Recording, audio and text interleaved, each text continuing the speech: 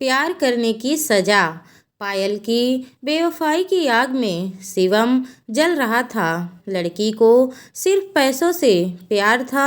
शिमला में जब बर्फ पड़ रही हो और सामने बोनफायर जल रही हो, तब हम एक ही शॉल में लिपटे हुए एक दूसरे की आंखों से जाम पीते हुए साथ बैठे हों। बाहर बर्फ गिर रही हो और कमरे और हमारे भीतर आग जल रही हो। कितना रोमांटिक ख्याल है ना। एक स्टॉल पर टंगे पोस्टर को देखते हुए शिवम ने कहा। पोस्टर में पहाड़ों पर गिरती बर्फ का दृश्य था और किनारे में पेड़ के पास खड़े दो प्रेमी पहाड़ों को चूमती बर्फ को देख रहे थे।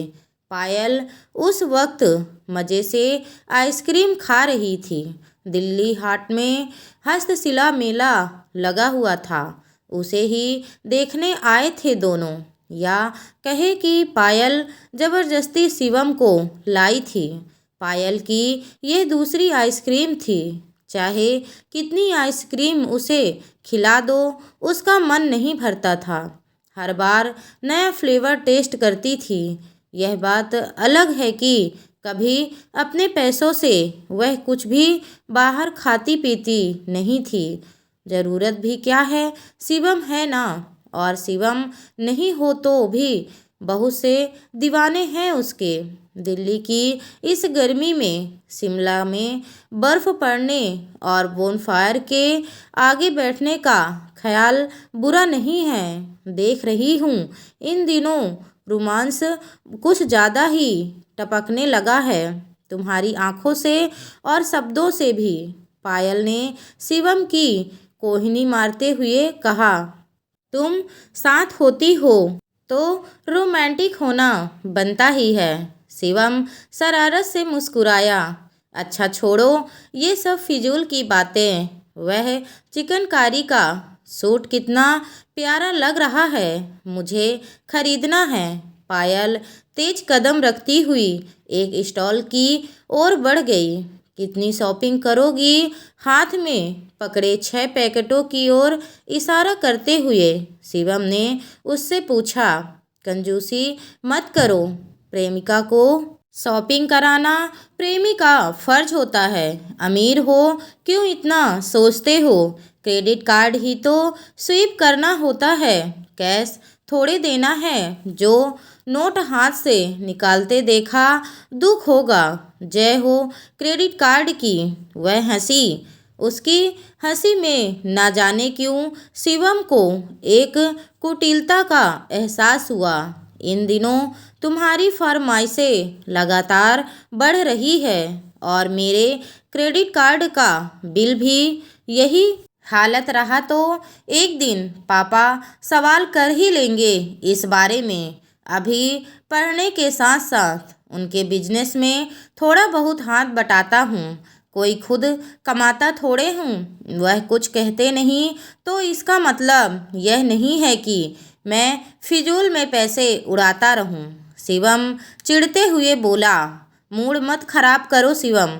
अगर इतनी ही बातें सुनानी होती है तो मत मिला करो मुझसे। मुझे घुमाने को बहुत से रईस जाते बेचैन रहते हैं। पायल गुस्से से बोली। उसके बाद शिवम ने कुछ कहा तो नहीं, पर पायल का व्यवहार उसे कचोट अवश्य गया।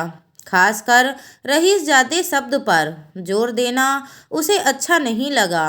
उसे घर छोड़ने जाते हुए रास्ते में उसने पूछ ही लिया।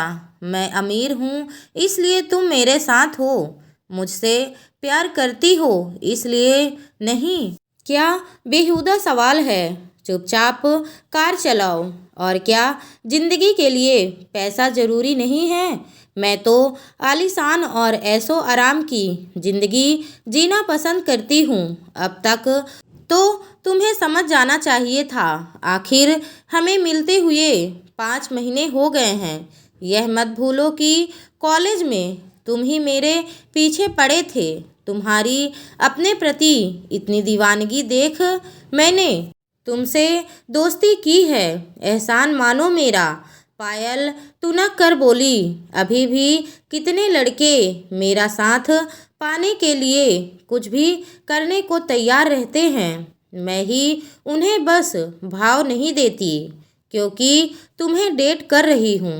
हाँ, जानता हूँ कि जो लड़के तुम्हारे पीछे पड़े रहते हैं वे तुम्हारी सुंदरता की वजह से तुम पर लट्टू हैं। वे छिछोरे किस्म के लड़के तुमसे प्यार नहीं करते, लेकिन मैं तुमसे प्यार करता हूँ। वह भी इसलिए नहीं कि तुम भला की खूबसूरत हो। शिवम ने उसे समझाना चाहा, तुम सेंटी मत हो, जिंदगी मस्ती से जीनी चाहिए। यह सब फिजूल की बातें करने से क्या फ़ायदा। प्यार भी तभी कायम रह पाता है जब पैसा हो, वरना छोटी छोटी ज़रूरतें पूरी करने में ही ज़िंदगी निकल जाती है, और वह भी लड़ते खींचते। मुझे मंजूर नहीं ऐसी लाइफ। पायल को उसके घर छोड़कर जब शिवम वापस लौटता है तो उसका मन बहुत खिन्न था। बार बार यही ख्याल उसे परेशान कर रहा था कि पायल शायद उसे उसके पैसों की वजह से प्यार करती है। उसकी इच्छाएं और महत्वाकांक्षाएं बहुत ज़्यादा है।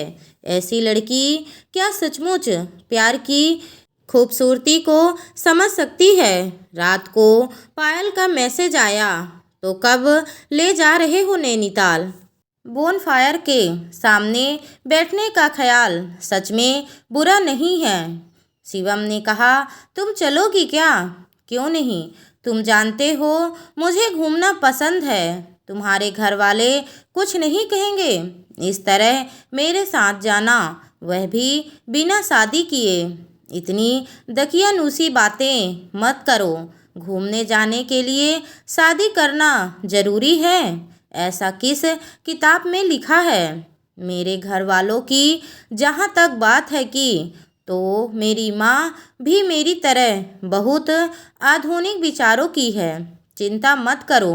बेशक समाज के तौर तरीकों की पापा परवाह करते हैं, पर वह तो हमारे साथ रहते ही नहीं। माँ ने उन्हें कब का छोड़ दिया है, इसलिए बेफिक्र रहो। लेकिन मैं नहीं जा सकूँगा। ऐसे क्यों कह रहे हो? मैं अपने घर और समाज के नियमों की इज्जत करने में यकीन रखता हूँ। शादी के बाद ज़रूर चलूँगा, और उसके लिए 2 साल तो कम से कम प्रतीक्षा करनी होगी। मुझे नहीं पता था कि तुम इतने पुराने ख्यालों के हो। अमीर होकर भी अमीरों जैसे गुण नहीं है तुम में। डांस पार्टी शराब कुछ भी पसंद नहीं है तुम्हें। बोरिंग हो एकदम। पायल ने एक गुस्से वाली सेल्फी मैसेज के साथ भेजी। अगले दिन कॉलेज में भी पायल उसे देखकर कतरा कर निकल गई। शिवम ने शाम को देखा कि वह कुछ लड़कों के साथ कैंटीन में बैठी आइसक्रीम खा रही है। बाद में मोटरसाइकिल पर एक लड़के के साथ उसे जाते देखा। फिर कुछ दिन ना तो कॉलेज में पायल दिखी और ना ही उसका कोई फ़ोन आया। शिवम ने फ़ोन मिलाया तो उसका फ़ोन स्विच ऑफ आया। कुछ पता है पायल के बारे में? कॉलेज भी नहीं आ रही थी।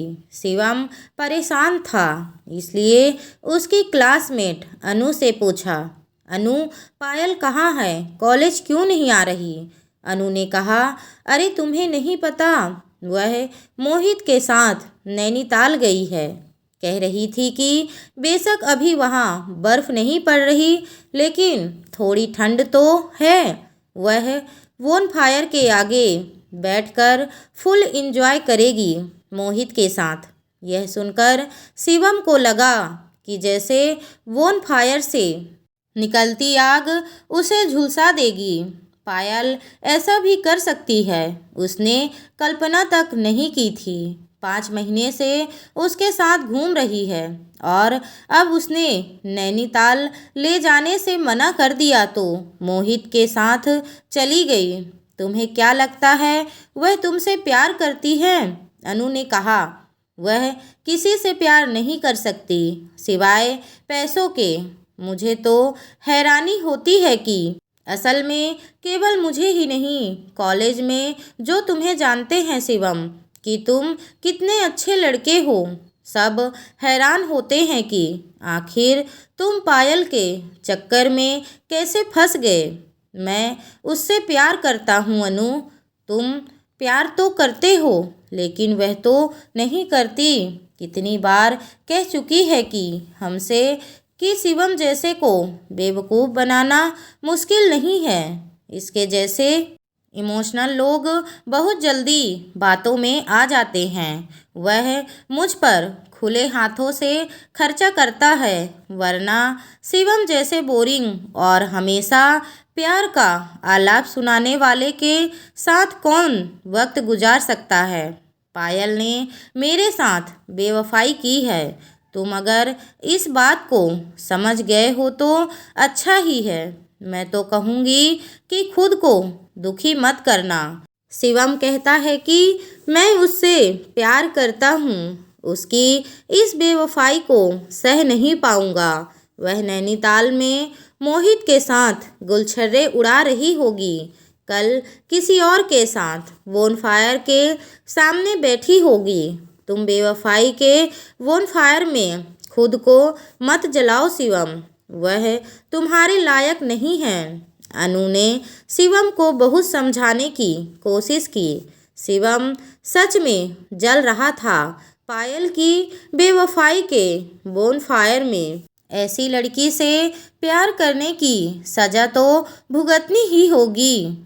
दोस्तों, ये new heart touching emotional story अगर आपको पसंद आई हो तो मुझे कमेंट करके ज़रूर बताएं और मेरे चैनल को लाइक सब्सक्राइब करना बिल्कुल ना भूलें। धन्यवाद दोस्तों।